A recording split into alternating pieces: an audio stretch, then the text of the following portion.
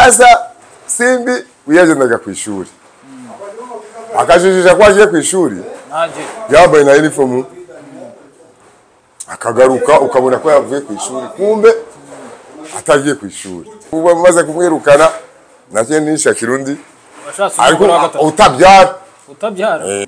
Simbi rero kanya kabona agiye mu bantu babakire akababwira papa wanjye yarapfuye, mama yarapfuye, iki twaramufashe tumutwara hehe, tumutwara Indera.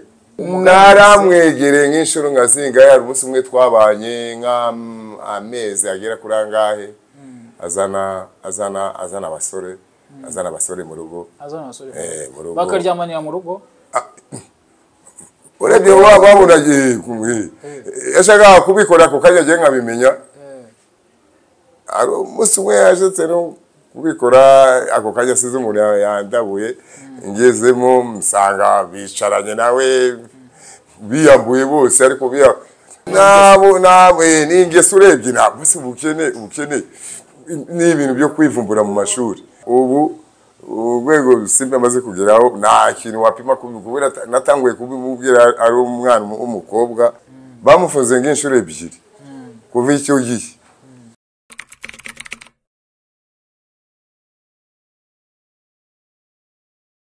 Alright, reka mbasuze kandi nongere mbaha ikaze mwe mwahise mu gukurikira Oasis TV1. Of course nge ndi wa muhungu wa JJ mubera umuhungu cyane.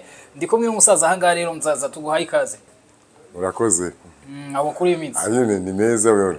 Mimi nitaongea Kiswahili mimi ndio na Kinyarwanda kinanishinda sana. Kinyarwanda kinakushinda lakini utaongea Kinyarwanda tu. Kinyarwanda tutachanga changa. Tutachanga changa kuchanga changa. Kuna watu badukurikiye kumva Kinyarwanda cyane. Kabisa mimi nasikia mimi naelewa. Umeze neza intunga ibintu umeze neza. Intunga kabisa tumeze neza kabisa. Ubona nawe umeze neza. Habona probleme kabisa. Kazuba karabageraho neza nta kibazo. Kuna shida kabisa. Kugira ngo rero twihute reka dutangire wibwira abadukurikiye kugira ngo baze bamenye ngo umuntu tugiye kuganira nawe ninde. Yewe banyita Mirimo Jean Pierre. Kawaida ari Mirimo Jean Paul ariko ndangamuntu nafashe ndangamuntu yaje mbona ni Mirimo Jean Pierre kandi ariko nagiye mbona nibyo nagiye byitabira. Nemera kuba nitwa Mirimo Jean Pierre kandi nitwa Mirimo Paul ndabyakira.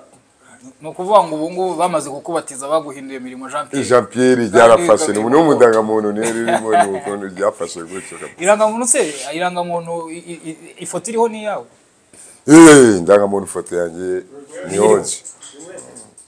Ifoto iriho ni yawe ntacyo. Kabisa ni yangu kabisa.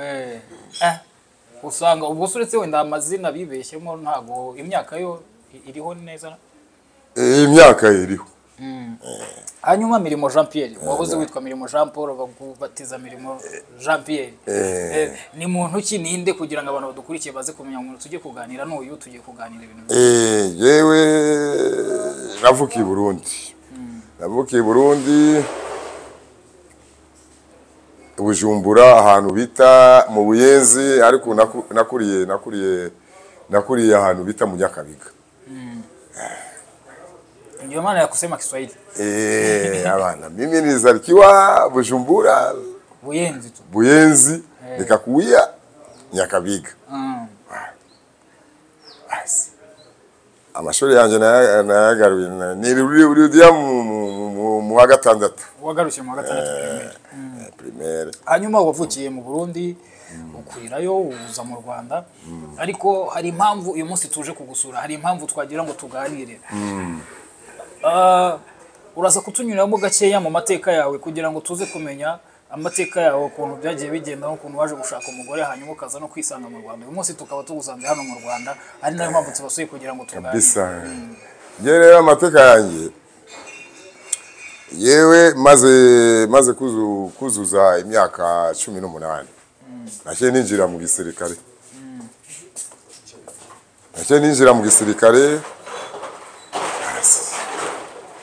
Wera ninjira igisirikare 91. Igisirikare cy'u Rwanda cyangwa cyo cyaha cyo mu Rwanda kingutanye. Nakinjiye mfite imyaka 18. ninjira igisirikare ndagikora,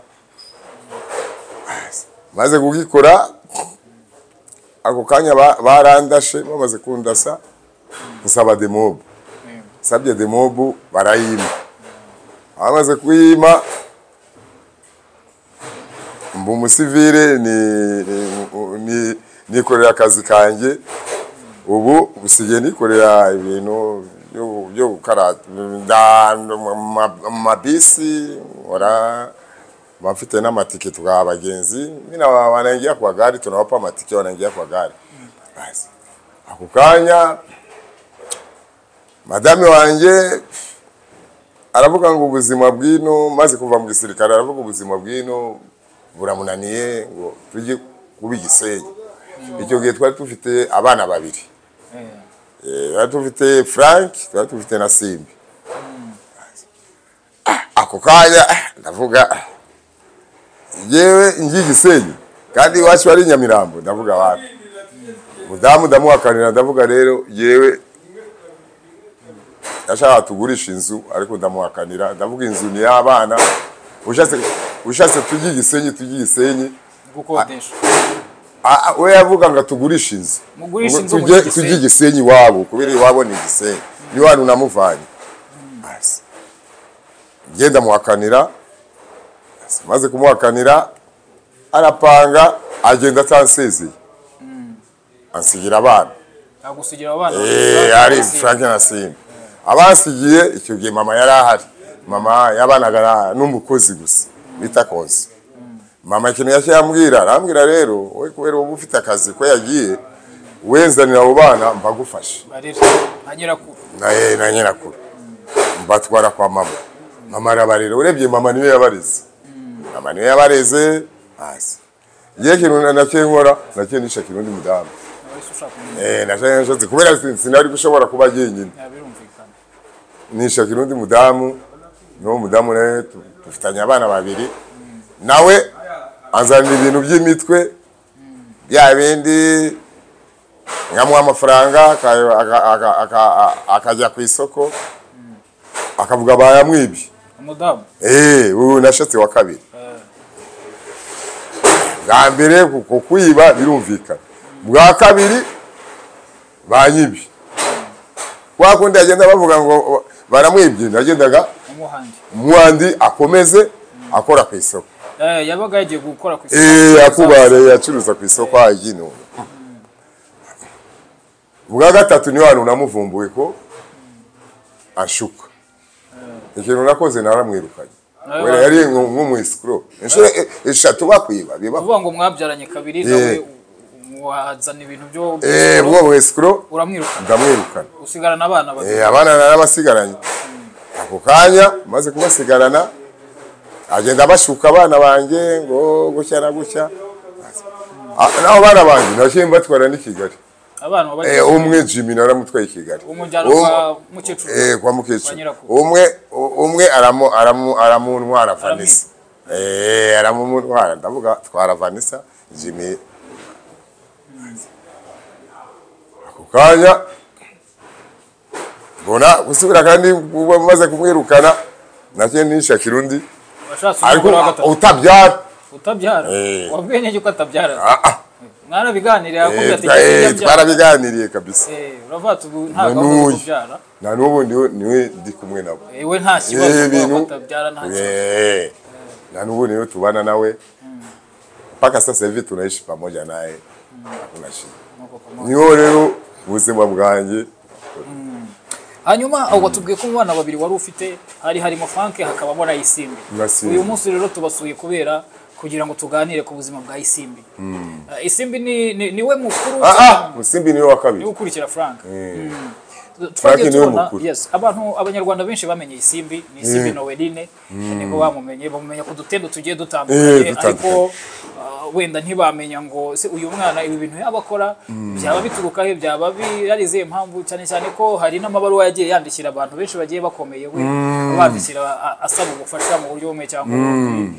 Yaje no kwitabira irushanwa rya Miss Rwanda Gisenyi, basanga afite imyaka mike. Si ikibazo cy'imyaka, basanze amashuri afite atamwemerera kwitabira irushanwa.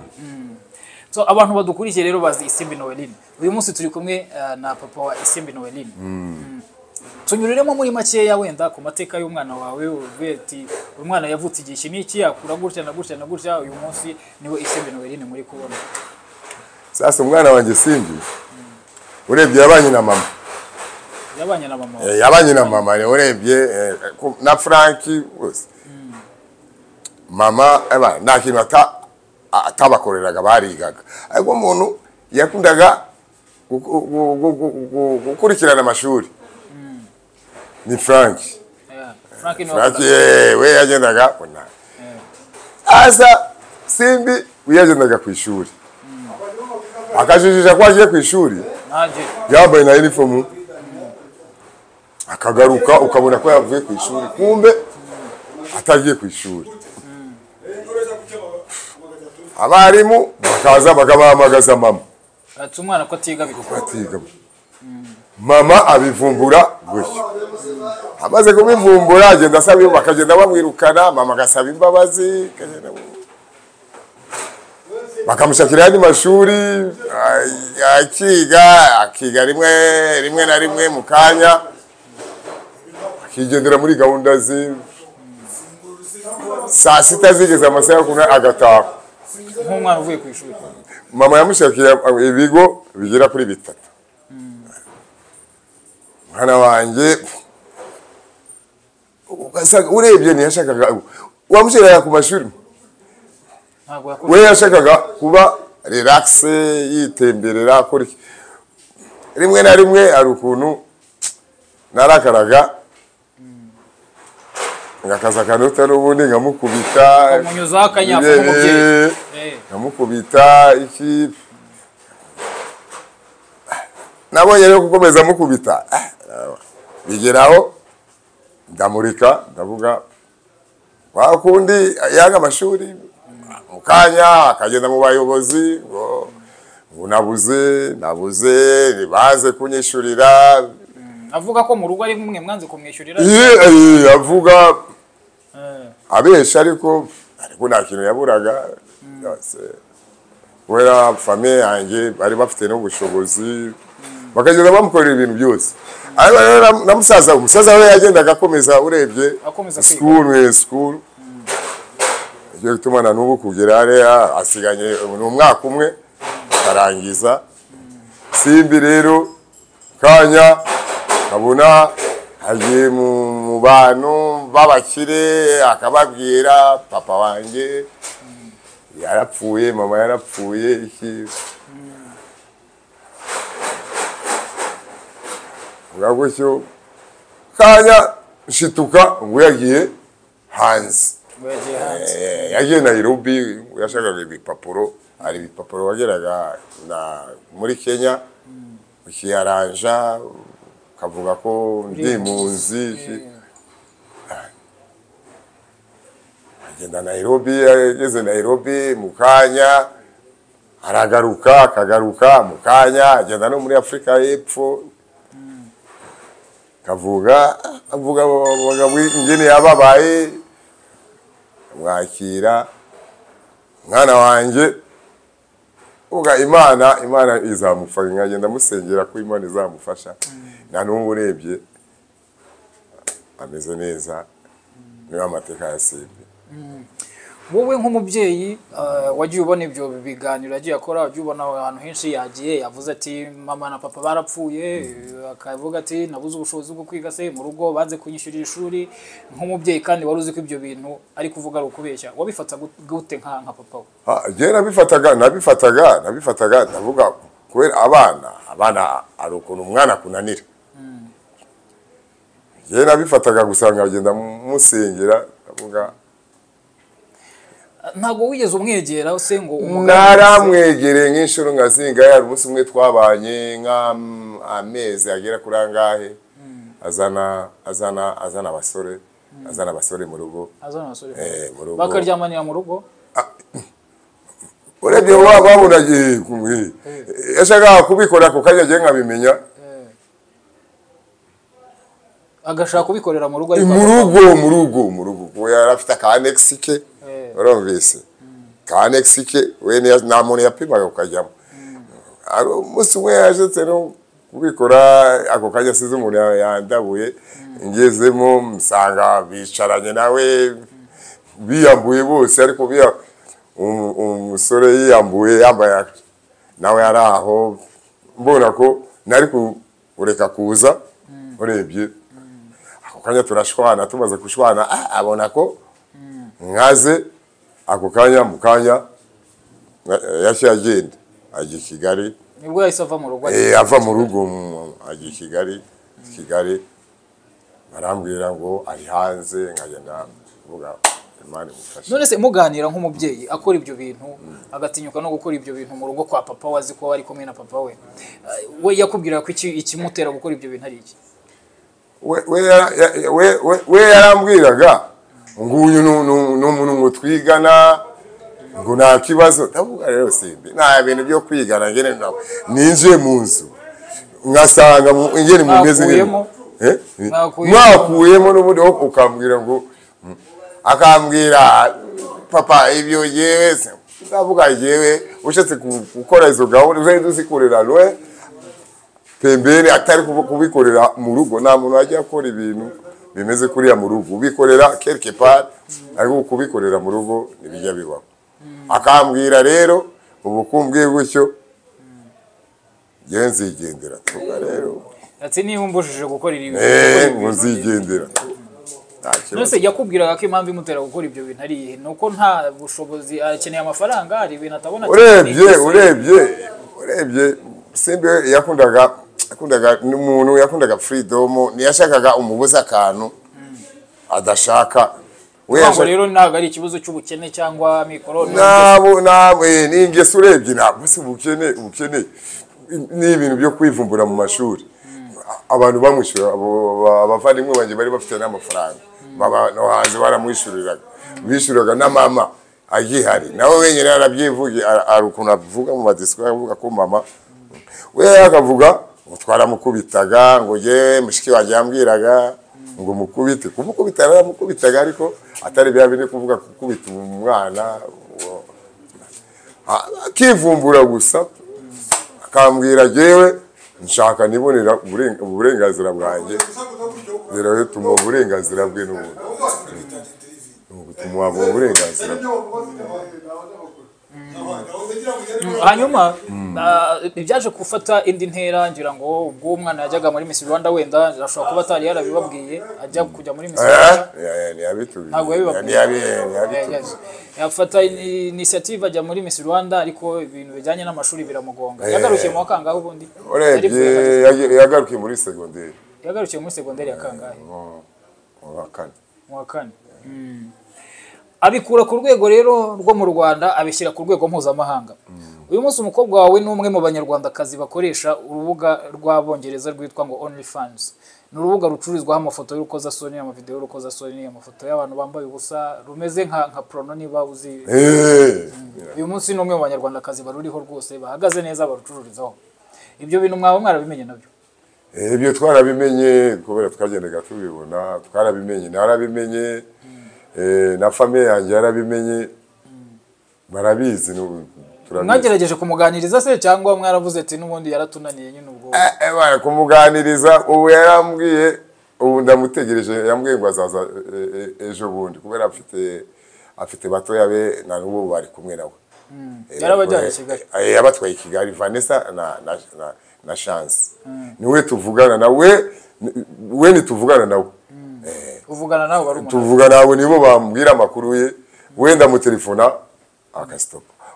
Chance niwe wambwira ko ari hafi yo kuza, ari ibintu ashaka kuza gukora, ibintu by'ibipapuro ashaka kurangiza, ibipapuro bye by'ubutaka muri Misazaza. Ni umunani mushaka kumuha? Ni ibintu nibye. Ni ahantu yigura akabanza? Nibye ashaka kurangiza, bamuha ibipapuro bye. Nta n'ubu ari i Kigali. Hanyuma nyine ibyo bintu mubifata gute nk'ababyeyi, kubyara umwana ukamurera mu buryo bumwe cyangwa ubundi, ukagerageza gushyiramo imbaraga kugira ngo umutoze umuco, umwana bikaza kurangira navuga ko ari nkaho agutengushye?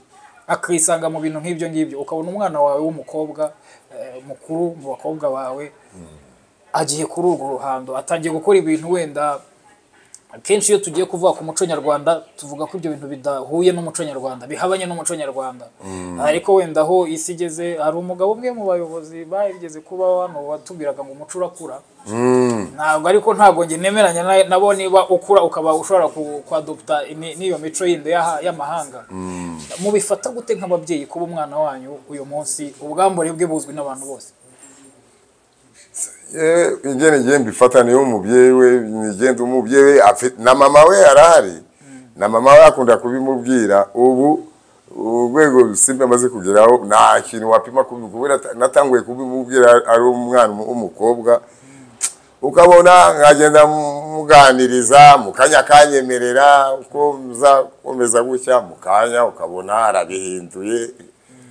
Njye nageze aho kabisa avuga mwana wanjye Imana izamufashe n'ubundi kuriya, kubera naragereje kugenda muhanura kanya ukabona arivumbuye, kubera we ntiyashakaga umuntu wo kushaka umwinjira, kushaka kumubwira ikintu atabishatse. Twaragiye naragerageje, na mama we nawe yaragerageje birananirana, kubera na mama we akunda kujya Gisenyi kumureba. N'ejo bundi mama we yaje no kumusura i Kigali, jewe yarambwiye ngo azaza kunsura. Mama we yakubwiye ko azaza kumusura? Mama we yaje gusura Simbi, ariko ubu yasubiye Gisenyi mama we. Nanjye yabwira azaza kunsura ejo bundi, nanjye ubu ndamutegereje. Hanyuma mama we akaba ari nawe umugore wawe nyine mwamubyaranye, ntago mujya mufata umwanya wenda mwebwe mukicara muri babiri cyangwa se mukavugana ku kijyanye n'uburere bw'abana banyu umukobwa wanyu, mukareba ikintu mushobora gukora? Turabivugana kuri telefone. We mama we ngunda kubimubwira, akambwira ngo naramuganirije mukanya, waramuganirije wabonye ko, akambwira naramuganirije akanyemerera. Shize niyo namubwiye Chantal, wowe Simbi ngo Simbi nta kintu utakoze kugenda musobanurira gahunda ibintu bigende ku murongo. Na mama we yaravuga ngo yaramunaniye, ariko jewe nta kintu utakoze n'ubundi. Yatari akenshi imico nk'iriya tuyibona wenda ku bana b'abakobwa baba baragiye bagira ibibazo mu miryango bakiri batoya. Imico nk'iriya igaragara ku bana baba barafashwe ku ngufu bakiri batoya, bikaza kurangira babaye sex addicted. Umukobwa wanyu nta kibazo yaba arahuye nacyo nk'icyo ngicyo wenda mu bwana bwe, bikaba ari byo byatumye yisanga mu bihe nka biriya? Simbi Imana yaramufashije cyane, nta bintu by'ibikwazo yapimye guhura nabyo byo kuvuga ngo kumufata nani ku mwanya. Simbi abana Imana yarabimufashije, icyo kibazo ntiyapimye no guhura nacyo kabisa. Ni kenshi nanone nabwo yagiye avugwa muri kesi zo gufungwa, ni kenshi yagiye yisanga yafunzwe. Gufungwa rero ni bya bindi bakundaga kumubona agenda nijoro, bakamufata bakamufunga, bagasubira kandi bakamufungura. Bamufunze nk'inshuro ebyiri kuva icyo gihe.